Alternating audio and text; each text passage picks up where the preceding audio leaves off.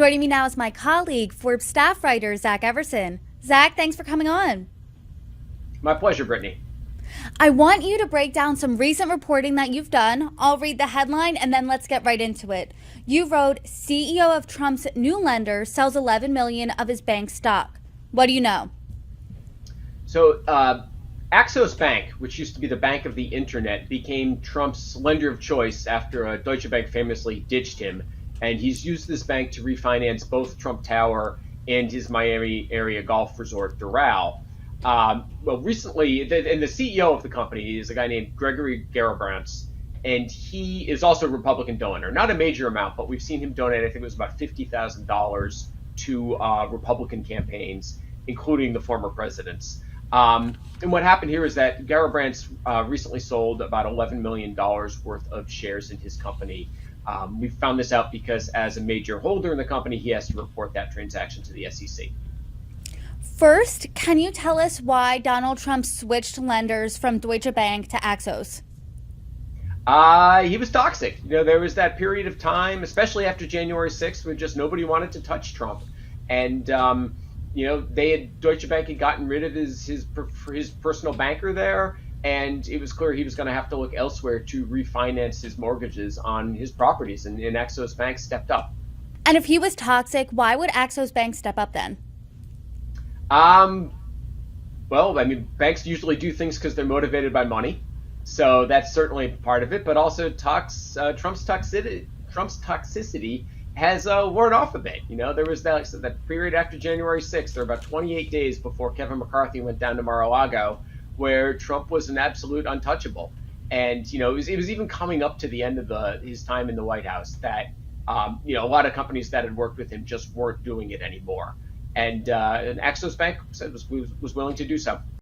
And the Axos Bank CEO, Gregory Garibrandt, offloaded $10.7 million worth of stock in his own bank. So does that impact his control of the company?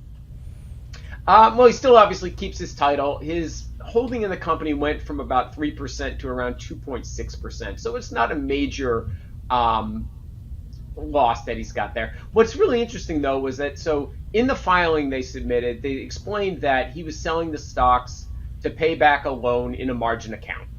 And which, okay, fine, makes sense. But why did he choose to sell stocks in this company versus use some other asset? Most likely he has other assets to pay back that loan. And they did not respond to a question on that one. So that was interesting. If you're really bullish on your company, that's probably not something you're going to do, is sell shares in it, assuming you have other assets to repay that loan.